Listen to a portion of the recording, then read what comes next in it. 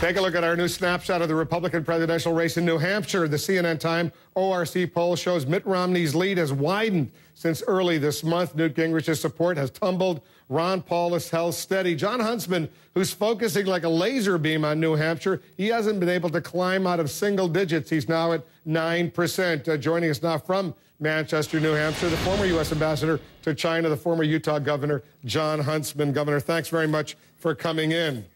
Hi, Wolf. Great to be with you. Thank you. So you're basically ignoring Iowa. You're spending all your time in New Hampshire. In order for you to survive New Hampshire, how well do you have to do? We have to beat market expectations. You have to have a message that connects with the people here on the ground, and that we have. I'm the only candidate in the race who, by virtue of background and by virtue of real ideas that I put forward to the American people, will be able to tackle the two deficits that we face in this country. One is an economic deficit, $15 trillion in debt, the need to fire our engines of growth, as I did as governor in our state of Utah, taking it to #1 as a job creator.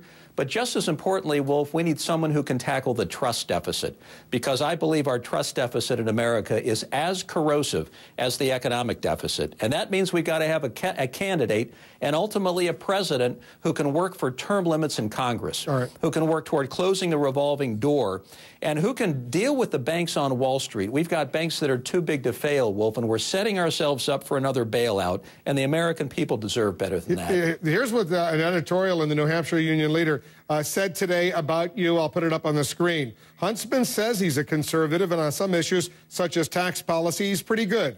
But he constantly signals to moderates that he's really one of them when he goes in for global warming and a show weakness foreign policy. He often comes across as saying what the audience wants to hear. Go ahead and respond. Well, the editorial board there at the Union Leader, they have their opinion, and they take their shots at all the candidates. And I would simply ask them to do what other newspapers in New Hampshire, and we just got our 4th newspaper endorsement in this state. We picked up half of all the newspapers that have endorsed now in this state. Take a look at my record, and they're going to find that I'm really the only consistent conservative in this race. Pro-life, I always have been. Pro-Second Amendment, I don't vary. Pro-growth, I delivered the largest tax cut in the history of my state. Healthcare reform without a mandate. The second voucher for education reform signed in this entire country. I support the Ryan Plan on debt and spending. The list goes on and on and on. And that's also one reason, Wolf, why a lot of conservatives are coming around.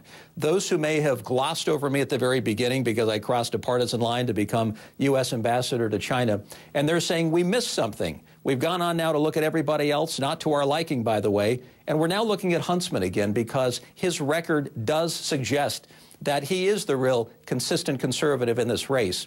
So we have that going for us, while at the same time, we're moving in the right direction here in New Hampshire. I can feel it with every passing town hall meeting. I seem to remember that the editorial page editors of the Wall Street Journal gave your economic policy program a pretty good review on their pages. But let me ask you this question. Are you a moderate? Listen, I am a consistent conservative. You know, I was reelected in one of the most conservative states in America with almost 80% of the vote. It would be hard to look at my record and suggest that I'm anything other than a consistent conservative.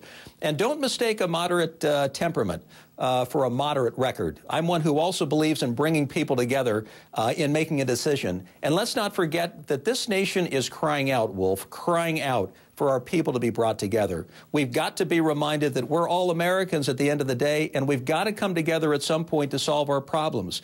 We're going to have our differences in terms of the pathways that we choose, but we've got to have a leader, like I was in the state of Utah, who believes in bringing people together and believes in leading based upon the real American spirit. Here's a radio ad that Rick Santorum has just put up. I'm going to play a little bit of it because I want you to respond. Listen to this.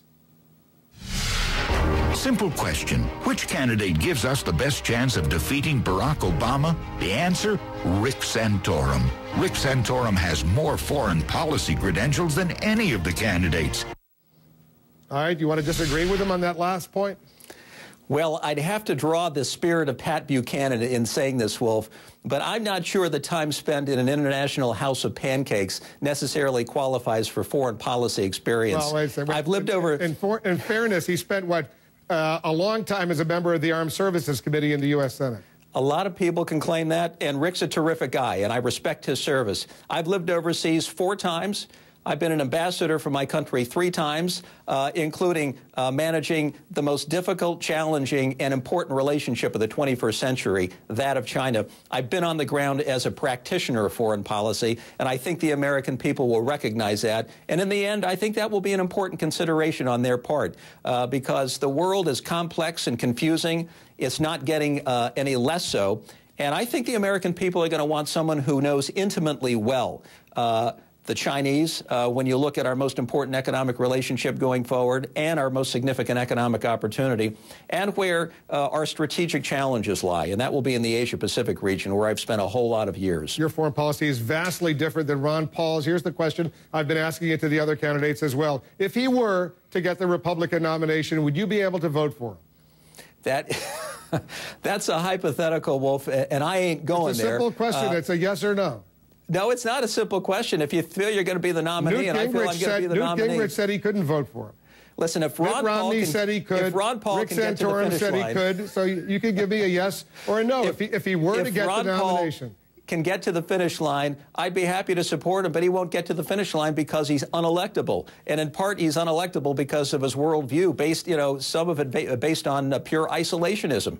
And the American people are simply not going to support that at a time when the most transcendent challenge of this decade is Iran and whether or not they acquire weapons of mass destruction. The American people aren't going there, so I think it will remain a hypothetical question for the rest of the campaign cycle. But obviously, I'm from based on everything you're saying, you wouldn't be able to vote for him. It's not that complicated of a question. I can't buy the isolationist views. I can't buy somebody who's not going to be engaged with the world when the world is crying out for American leadership. The world is crying out for the values that we project when we are strong as a country. And right now we're weak, our core is crumbling, and when our core is crumbling, we are not projecting the values of liberty, democracy, human rights, and free markets. I want to fix that core. I want to get back on our feet. I want our economy strengthened and our manufacturing muscle strengthened as well. I want to get back in the game. Governor Huntsman, good luck. Thank you, Wolf. It's a pleasure to be with you, as always. Thank you. Growing outrage here in Washington following surprise raids targeting U.S. Human rights organizations working in Egypt. Up next, the prominent American who figures in behind these groups and how they're responding. Plus, Republican presidential frontrunner Mitt Romney is credited with helping turn around the 2002 Winter Olympic Games. Just ahead, why some say it set the stage for his White House run.